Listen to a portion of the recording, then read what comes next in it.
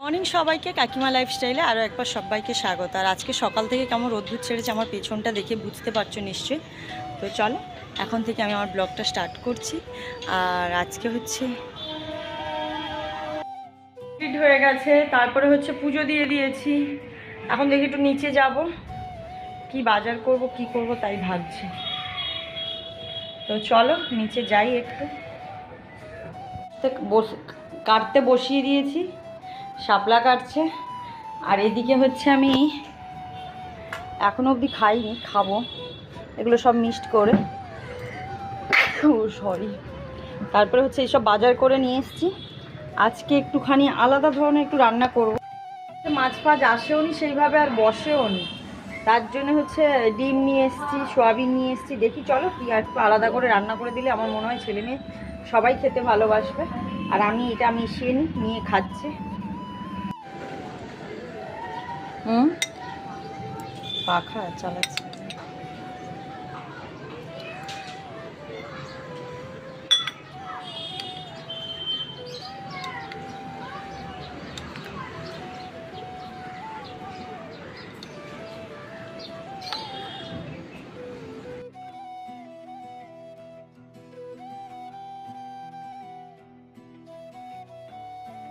ভালো লাগছে।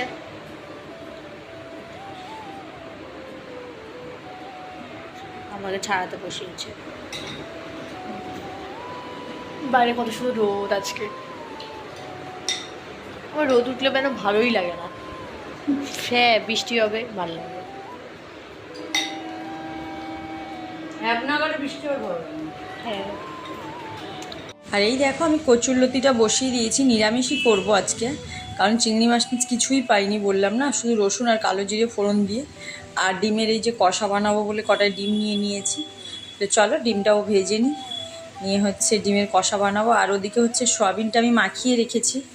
আর এটা ডিমের তরকারির জন্য পেঁয়াজ দিয়েছি, তেল মশলা কমই দিচ্ছি সবার জন্যে। তো চলো রান্নাটা করে নিই। আর হচ্ছে যেটা বলছিলাম তোমাদের, সোয়াবিনে হচ্ছে আমি কী মাখিয়ে রেখেছি জানো তো। সোয়াবিনে দিয়েছি হচ্ছে একটা ডিম, আর আদা রসুন বাটা, আর কি, আর নুন হলুদ, আর কিছুই দিইনি। কিন্তু ওটা ভাজার পর ছেলেকে খেতে দিয়েছিলাম। এই যে দেখো আমি এটার মধ্যে একটা একটা করে ভেজে নেব। আর হচ্ছে ডিমের তরকারিটাও আমার হয়ে এসছে কষা, এর মধ্যে আলু টালু কিছুই দিইনি, শুধু ডিম দিয়েছি। এদিকে কচুরলতিটাও হয়ে গেছে। আর তেলটা বেশ গরম হয়ে গেছে, এক একটা করে ছেড়ে দেবো, কারোর গায়ে যেন কারোরটা না লাগে। কিন্তু জানো তো এই ভাজাগুলোও খেতে খুব ভালো হয়েছিল। আমি একটা খেয়েছি, ছেলে তো 2-3টে খেয়ে নিয়েছে। ও বুঝতে পারিনি, প্রথমে ভাবছে মাছ না মাংস, পরে বললো এটা মনে হয় সোয়াবিন না মা। আমি বললাম হ্যাঁ। তো এতক্ষণ পরে বুঝলি, বলছে হ্যাঁ দেখো এদিকে ভাজা হয়ে গেছে। আর এদিকে আমি চিলি সোয়াবিনটা বানাবো বলে পেঁয়াজ, এর মধ্যে ক্যাপসিকাম 2-3 রকমের দেওয়া যায়, কিন্তু ক্যাপসিকাম আমার কাছে ছিল না। আর হচ্ছে এই একটা মশলার পেস্ট করে নিয়েছি। মশলা বলতে এর মধ্যে আছে ওই যে মশলাটার মধ্যে দিয়েছি কর্নফ্লাওয়ার, সস 2-3 রকমের সস দিয়ে দিয়েছি। আর এটাকে এই যে পেঁয়াজ আর লঙ্কাটা ভাজা ভাজা হয়ে গেছে, যে যেরকম ঝাল খায় সেই অনুযায়ী দেবে।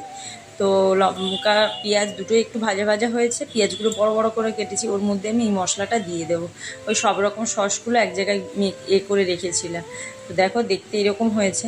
আর একটুখানি পাতলা করব জল দিয়ে, কারণ সয়াবিনগুলো দিলে ওর মধ্যে তো রস টেনে নেবে। তার জন্যে খুব বেশি এও হবে না, যেরকম হয় চিলি চিকেন ওরকমই করব। তো খেতে কিন্তু খুব ভালো হয়েছিল। আমি 2-1 পিস খেয়েছি। ছেলে গেছে, আমার রান্না হয়ে গেছে, রান্না করে আবার একবার স্নান করলাম। তো চলো এখন এই যে তোমাদের কাকু চলে এসছে, স্নানও হয়ে গেছে। খালি একটা গাধা স্নান করেনি, ওই যে ঘুরে বেড়াচ্ছে।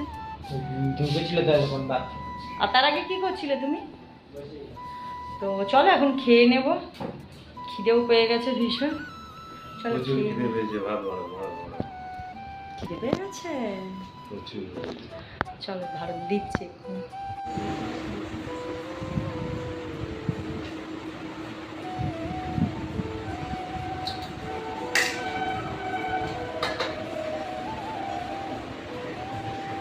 চলো ভাত বেড়ে নিচ্ছি, বেলাও অনেকটাই হয়েছে।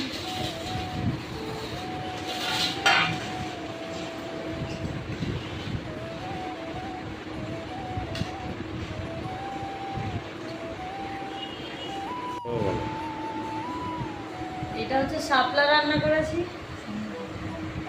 এই যে দেখো আর এটা হচ্ছে ডিমের কষা। এটা কি বলো তো, তুমি বলো দেখি। Soybean. Soybean, chilli soybean. Chilli soybean. Babai বলছে খেয়ে কচুলতি দিয়ে আমি ভাতটা মেখে নিয়েছি। কচুলতি একটু খেয়ে নিই, কচুলতি নিয়েছি, তারপর তোমাদের সঙ্গে কথা বলছি।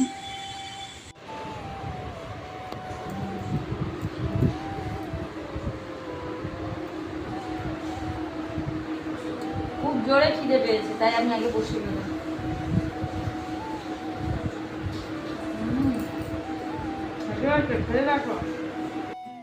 খাওয়া দাওয়া করে ঘুমাচ্ছিলাম, আর এখন এসে ছাদে একটু হাঁটাহাঁটি করছি। 5টা বাজে এখন। আর দেখো তোমাদের আমি দেখাচ্ছি সূর্যটা কি সুন্দর লাগছে। রোদ্দুর উঠেছিল আজকের খুব। সূর্য যখন অস্ত যায়, মানে আর দেখা যায় না, ডুবে যায়, তখন দেখো আকাশটা কি দারুণ দেখতে লাগে। আর পুরো আকাশটা নীল আর সাদা এরকম ভরে গেছে। সেই দুর্গাপুজো বলছি না, দুর্গাপুজোর আগের ভাব চলে এসছে। আর সত্যিই তো আর কিছুদিন পরেই তো, আর কয়েক মাস পরেই তো দুর্গাপুজোটা, একটা মাস মাঝখানে। তো চলো এখন আমি নিচে গিয়ে চা খাবো। দারুণ দেখাচ্ছে, সেটাই তোমাদের দেখালাম। আর মনে হচ্ছে ওই যে দুর্গাপুজো সপ্তাহখানিক বাকি এরকম আকাশ দেখে মনে হচ্ছে, কিন্তু ফিল সেটা আসছে না। তো চলো অনেক হাঁটাহাঁটি করে একটু ঘরের দিকে যাই।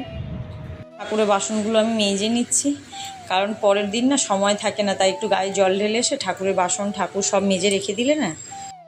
সে বাসন টাসন তো মেজে নিয়েছি, কালকে বৃহস্পতিবার বলে দেখলে তখন ঠাকুরটাও আমি মেজে নিয়েছি, আর এরকম করে সব রেখে দিয়েছি। কালকে তাহলে আর পুজো দেওয়ার সময় না বেশি দেরি হবে না। আর এখন প্রায় রাত্রি 11টা বাজে, এখন খাওয়া দাওয়া করবো।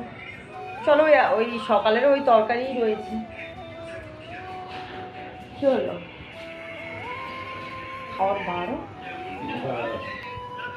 চলো খাওয়ারটা বেড়ে নিই। তো হচ্ছে তারপর একটুখানি চা খেতে বসেছি দুজনে, সেটাই নিয়ে কথা বলছিলাম। আর তোমাদের কাকু দেখাচ্ছিল রান্না, কেমন ঘোলা ঘোলা দেখাচ্ছিল বলে বুঝতেও পারছিলাম না ক্যামেরায় কি হচ্ছে, সেটাই তোমাদের কাকুকে আমি বলছিলাম। চলো খাওয়া দাওয়া হয়ে গেছে আমাদের।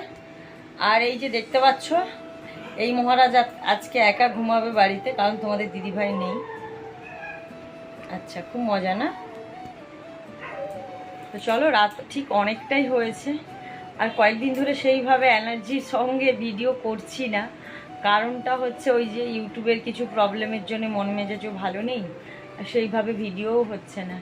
তো চলো এবার চেষ্টা করব সেইভাবে ভালোভাবে ভিডিও দেওয়ার জন্যে। তো চলো আজকে ভিডিওটা আমি এখানেই শেষ করছি। সবাই সুস্থ থাকবে, ভালো থাকবে, সাবধানে থাকবে। দেখা হচ্ছে খুব শীঘ্রই নেক্সট একটা ব্লগে। ততক্ষণ সবাইকে গুড নাইট।